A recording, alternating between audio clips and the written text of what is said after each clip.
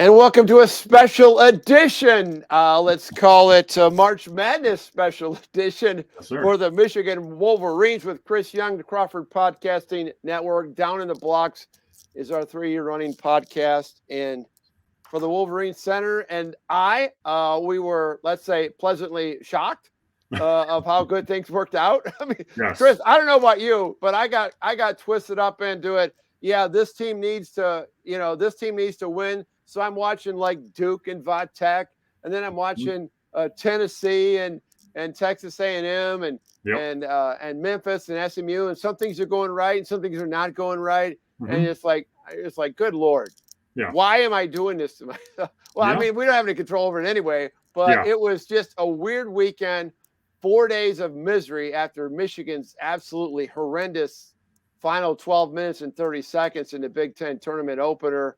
Unbelievable. Let's start with that. Let's get the bad news out of the way, and then we can move forward with optimism of what Michigan can potentially make of this season with what I call a lifeline. Yeah. Let's just go back to Thursday and get that out of the way. Carve it up for me, CY.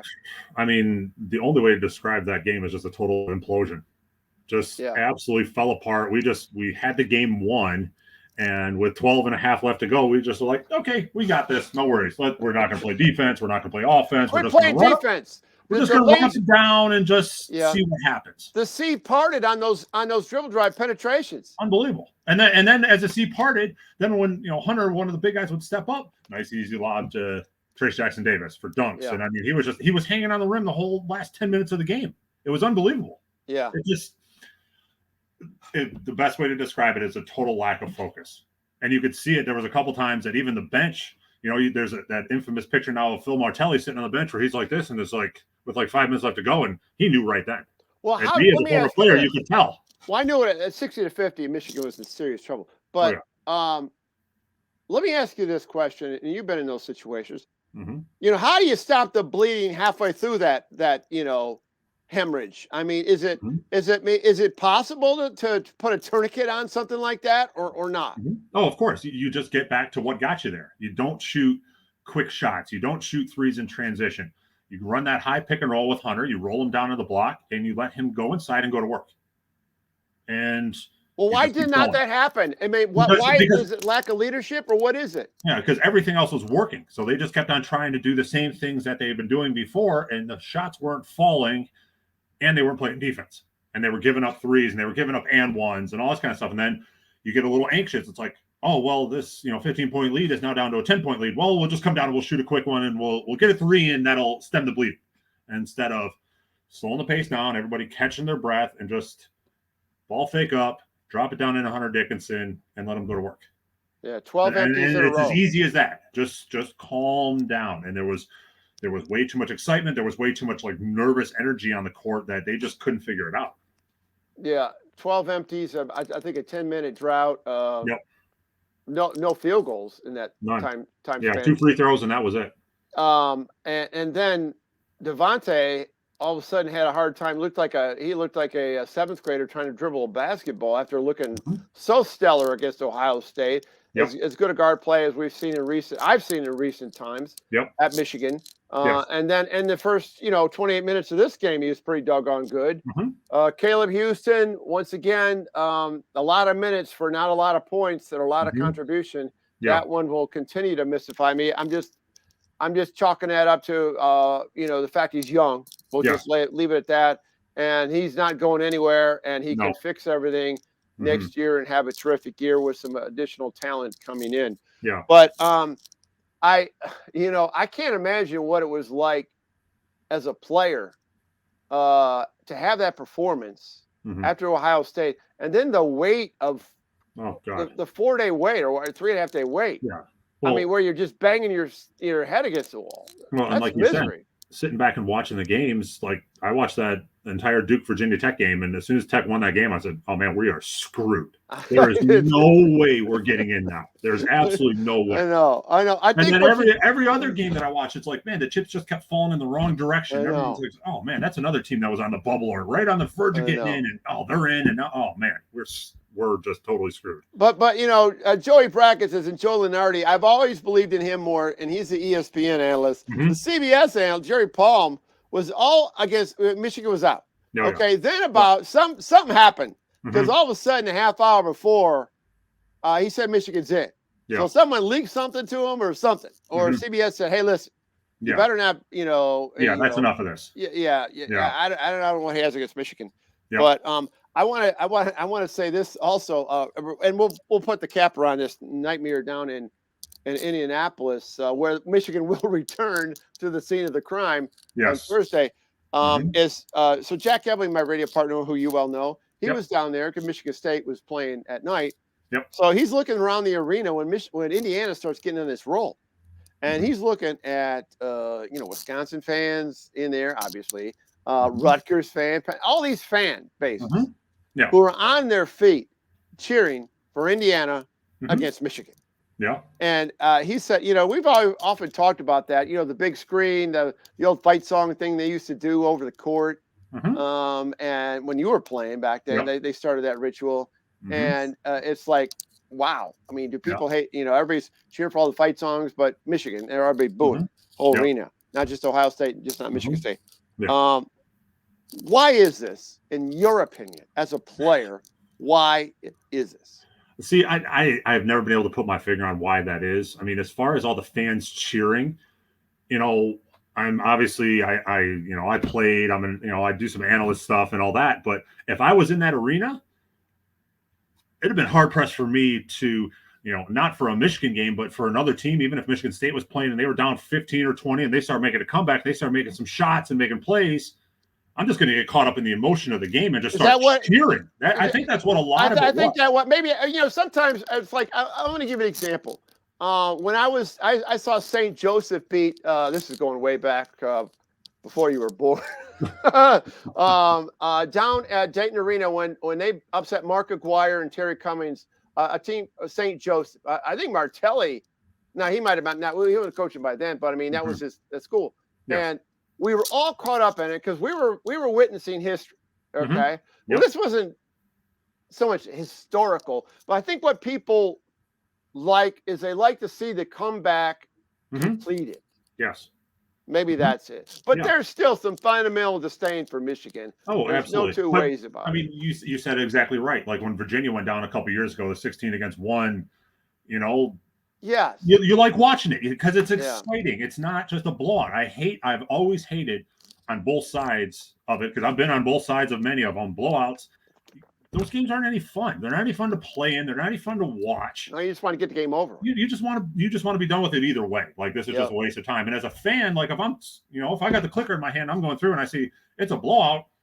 Even if it's a Michigan game, I might stay a little while longer, but I'm not going to sit there and watch a blowout because you don't learn anything. It's not an exciting time. And there's so many other options. You see like momentum from the other team after they're getting their butts kicked for 28 minutes, and all of a sudden they've got life, and the other team just falls apart. That's fun. That's what college basketball is all about. And then they're up, and Indiana's up. They're talking shit, and like you said, they're pressuring Devontae Jones, and he's putting the ball out of bounds at a crucial time, and it's that whole emotion of the game and you can tell I'm even getting excited about it now, even though it happened to us, because you like to see that. You want to see that excitement. You want to see those kind of games building up to the tournament. Well, I think what happened with Indiana is they finally got consistent guard play out of Xavier Johnson, this kid who transferred from Pittsburgh, I think it was. When I've been saying this on podcasts all along, because an old high school coach used to say, a team is only good as its guards. I mean, that determines. And as well as Trace Jackson Davis has been for Indiana and some other frontliners. I mean, they haven't gotten consistent. Rob Finney he's Michael Jordan one time, and then he's just the worst player in the league the next game. Well, and I think that's hurt Trace Jackson Davis a lot this year. Yeah, because sometimes they don't have a guy that can bring the ball up and get him the ball. Exactly. Yeah, that's what happened when Michigan blew them out down in Indiana. They couldn't. They were turning the ball over, and I think they finally got a good guard play, and that's why they won the game. Okay, so we survived all that anguish of that Thursday afternoon, that infamous 12-2. Got by that, and I was in a funk. It's like I said to myself, I think a lot of us are saying, we don't get in, like get this freaking season over with. It's been painful. They really in. I mean, they're great kids and all that stuff, but man, it's just been, let's just move on. Yeah. But now all of a sudden we got this new lease on life, and so everybody's all excited and everybody's happy. So now comes Michigan versus Colorado State out of the Mountain West, which has not admittedly been a juggernaut in NCAA play. Football, they're pretty good, but not so much in basketball. Colorado State, a team that's gotten beat by San Diego State, which Michigan beat back in December, the same day Michigan won the Big Ten championship in football, mind you. Always goes back to football. Of course. and also UNLV beat Colorado State, but Colorado State's had some other quality wins, and they were ranked in the top 25. A small team, David Ruddy, a really good player, but I like this matchup. See why? I especially if the two bigs can, as in Hunter and Musa, can link together and start dominating the glass. Yeah, you're right. I like this matchup a lot.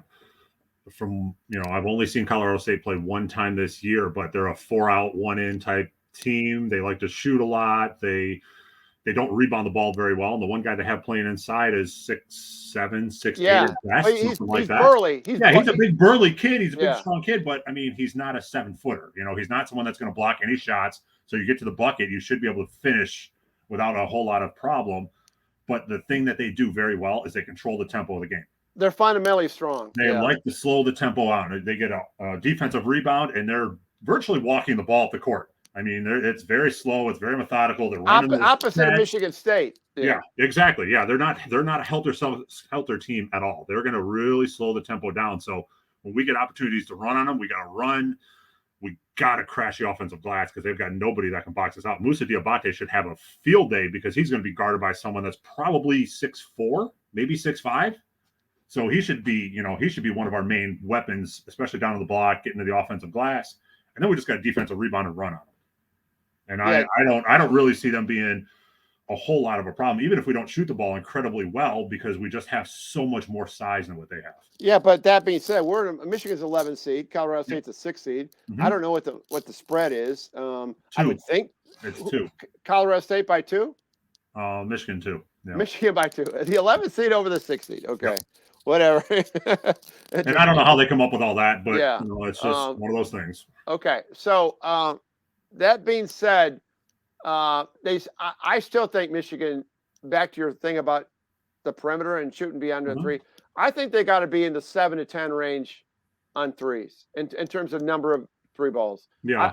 I think this 2 and 4 and this shit's not going to work. Especially, I mean, if they get to Saturday against Tennessee, they might have to hit double-digit threes. They might have to hit 45% beyond the arc, 50% beyond the arc to have a shot against the only way shooting threes against Colorado State, if they go 2 for 10 or something like that, but they have 25 fast break points, or they have a bunch of second chance points or something like that, then that's fine. But if they don't have those, if they have kind of what their average is, 10 to 12 fast break points, and then, 8 to 10 second chance points, that's not going to cut it. You got to hit the glass. You got to rebound, and you got to run on these guys. Yeah. And then shooting, that's just kind of one of those things. They should be used to the rims by now. This is the second time they've been there in a week. Let's get down there and get it figured out. Yeah. Well, I mean, yeah. I mean, that's Cambridge Arena, Bankers Live, Conseco, whatever you want to call it. Whatever it is now. Yeah. That's kind of like a de facto home court for a lot of Big Ten teams. I think Michigan will draw a good crowd. Oh yeah. I think Tennessee will have a ton of fans there. Kentucky will have who's in the night game. Yes. And be on that back half of that bracket, or of that pod, if you will. Yes. They'll draw a lot, but I think Michigan will have a good representation. I think they'll have more fans than Colorado State. Yes. If that means anything. But they got to play better. And you know what? The other thing, Chris, I mean, you look at that. You look at the dates on that back half of that schedule.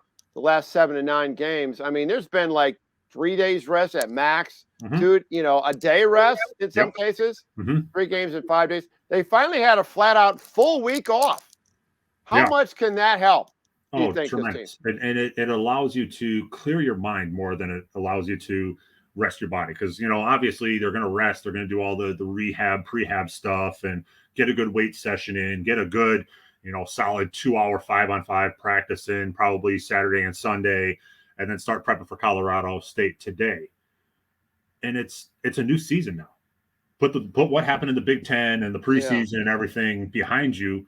And now all those statistics don't matter. It doesn't matter what your shooting percentage was. Doesn't matter how many turnovers you're averaging. Doesn't matter that Terrence Williams makes a three every like fifth game. It's a new season. You know what? Exactly. Because I look at it this way. Because I mean, I'd rather have Michigan's situation than Ohio State playing Loyola or Chicago. Yep. I don't like that. And then having to play Villanova. Yeah. I mean, I don't like that setup over there. Well, or Michigan State's. I mean, Michigan State setup. I mean, they got probably the not to give them too much credit, but they got a terrible draw. And then they're in the West Regional. I mean, I know they're playing Greenville, South Carolina, but I mean, eventually they have to go out west. Yeah. Michigan would have to go to the South, San Antonio, not to get ahead of ourselves. Yeah. But not even to get ahead of ourselves with Thursday. Yeah. But I mean, I think you made a good point. All that stuff's in the past. All that aggravation they went at how everything worked out because Michigan did not win the Big Ten title regular season nor the postseason, nor did Purdue. Yep. But Michigan still finished 11-9. They had a struggling season, but they kept the NC2A streak going. Sans other than the 14-15 campaign, it's been double-digit years plus in a row. Or over time. They've only missed one during that time. It's not 24 in a row like Michigan State with Tom Izzo, but nobody's like that. Yeah, but and they're playing in Indy. My God, this is beautiful. I'm telling you, it's kind of the perfect storm. And if there's a couple upsets in the South region, I mean, we're looking at a bunch of rematches. We got the shot. Potentially we could play Ohio State again. We could play Illinois again. We could play Seton Hall again, and we're and Arizona's in there too, which we got the shot at again. So there's teams that we know that some of them beat us. We beat some of them, but we know what they're capable of, which I think is a huge advantage as opposed to playing a team like Colorado State where you're just seeing video on them. And we played against San Diego State and they beat them, so we know this about them. No, we know direct matchups with some of these teams in our region. So I really like where they put us. I think it's a huge advantage that we're in Indy, that we're not going, somewhere freaking crazy for our first, round of games. I really like this.